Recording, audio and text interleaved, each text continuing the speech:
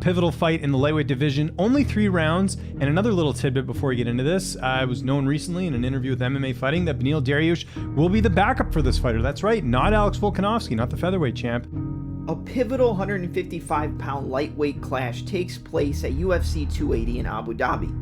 Who is the fight, you may ask? It's a battle between the number 6 ranked Beneil Dariush and the number 9 ranked 21-1 professional mixed martial artist and former 2-weight KSW world champion at featherweight and lightweight in Mateusz Gamrot. Gamrot versus Dariush is a somewhat late addition to this UFC 280 card, but it's everything we need to just show why this is probably the best MMA/UFC card that's ever existed.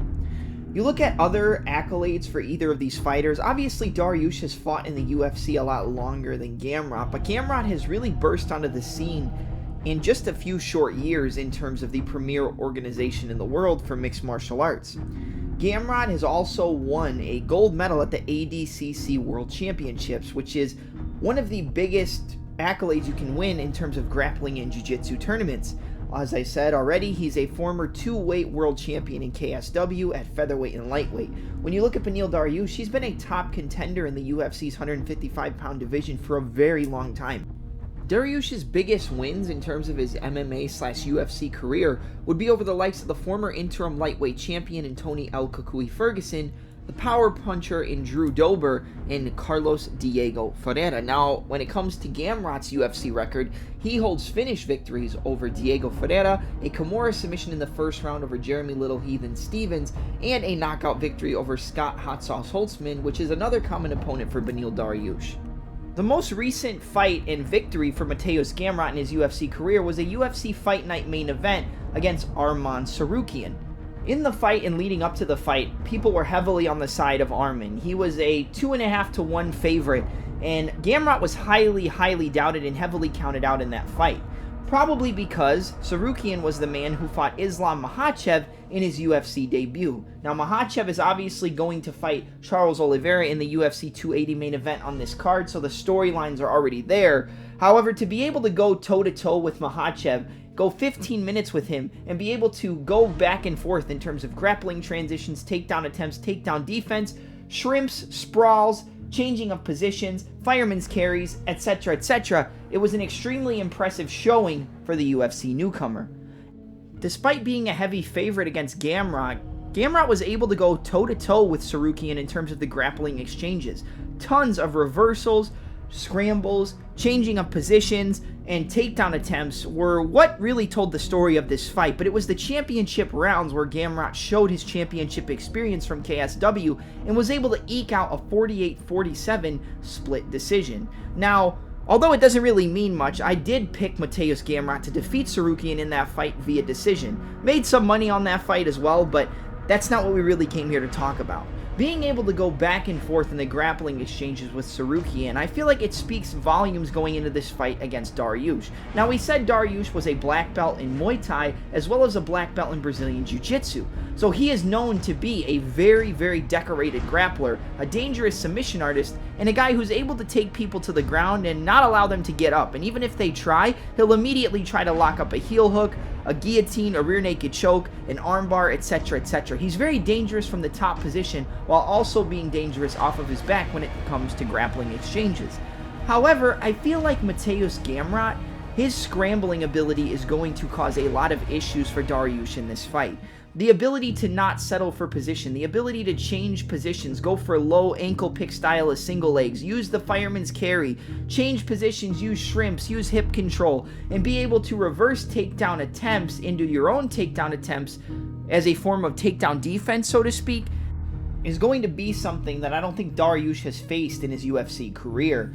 You look at the Arman Tsarukian fight against Mateusz Gamrot, and I know we've mentioned it before, and I know I've talked about it a lot in this video already, but his ability to not settle for position and reverse position into his own advantageous position is going to be too much for Dariush, in my opinion. And when looking at the striking aspect of the fight, both of these men are southpaws.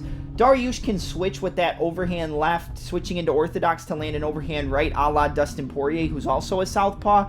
and actually a training partner of Mateusz Gamrot, but he probably has more power when it comes to the striking game. The left kick to the body, the inside and outside low kicks, and his ability to use that stance switch combination. Dariush does pack power in everything that he throws, but I feel like Gamrot is a little bit more tricky in the way that he sets up his striking, but not only that, it's the way that he uses his entries in the striking game to get into clinch range and then use that to set up takedown attempts, striking off the break of takedown attempts with shots to the body, overhands, double jabs, right hands, straight left hands, right hooks, etc., etc. I feel like he's a little bit trickier in the way that he sets up his offense on the feet and how it is used to blend together the offense on the feet with the takedown offense and the grappling offensive positions as well. I think that Gamrot has more weapons when it comes to mixing up his overall mixed martial arts game, but I think that Dariush has more power and probably has the better ability to hurt Gamrot when it comes to the striking game. Now, one thing we have to touch on is the fact that Beneil Dariush has not competed since May of 2021, which was at UFC 262 where he got that dominant decision victory over Tony Ferguson. Dariush looked great in that fight and was able to outstrike Tony, use his wrestling to offensively dominate him once it got to the mat, and even come very close to locking up a heel hook submission, which probably tore apart Tony's knee a little bit more than he'd like to lead on. But Gamrot has been more active, and whenever you've been out of the game of mixed martial arts and out of competition, I'm not talking about training, but when you've been out of competition for almost 2 years, quite frankly a year and a half for Beneil Dariush, while Gamrot has been in the cage and becoming more active as his career goes on, I feel like that is something that you cannot just gloss over. And going up against a guy in Arman Tsarukian who is extremely high level, I'm not saying that Beneil Dariush couldn't beat a guy like Arman in a fight. He probably could, and that would be a great matchup to see. However, I think that the more activity that Gamrot has and the inactivity of Dariush is going to lead Gamrot to be a puzzle that's going to be very difficult for the longtime top contender to solve on this night. I think it's going to be very difficult for Dariush to solve a guy in Gamrot because the place where he is the most dominant, which is the grappling exchanges, is going to be extremely difficult to control Gamrot in that regard because of how offensively responsible and defensively responsible he is, and the fact that he does not settle for position if, in fact, he does get taken down and winds up on his back. The constant scrambling and the activity and the energy that Gamrot expends when it goes to the mat, I feel like that's going to be too much for Dariush. Like I said, I think Dariush has more power, but I think Gamrot is the more well-rounded individual, and he also has more championship experience, as we've already touched on. But even though it's not in the UFC, he has more 5-round experience than Dariush as well. So you have to look at all tangibles in every single aspect of the game when you break down the fight. And overall, I think that Gamrot is going to show out in this fight. I think Dariush's power could cause Gamrot some issues. I think that he might get Gamrot in some trouble with submission attempts on the mat because he is a Brazilian Jiu-Jitsu black belt and he is very solid from the top position. But I think the scrambling ability of Mateusz Gamrot, his ability to change positions, use awkward takedown setups, and never settle for position if he does wind up in a disadvantageous spot when it comes to the striking or the mat game, I feel like it's just going to be too much for Dariush. Like, I honestly feel like Gamrot will most likely get a finish in this fight. I think that he can mix up his game so well that it might lead Dariush to get caught by a shot on the feet. Dariush may look a little bit cleaner in terms of his striking technique, but Gamrot is mixing things up so well that he can kind of sneak shots in where Dariush might think he's out of range and he's really not. And we've seen Dariush get cracked on the chin, we've seen him get hurt, and I quite honestly believe that Gamrot has the ability to hurt Dariush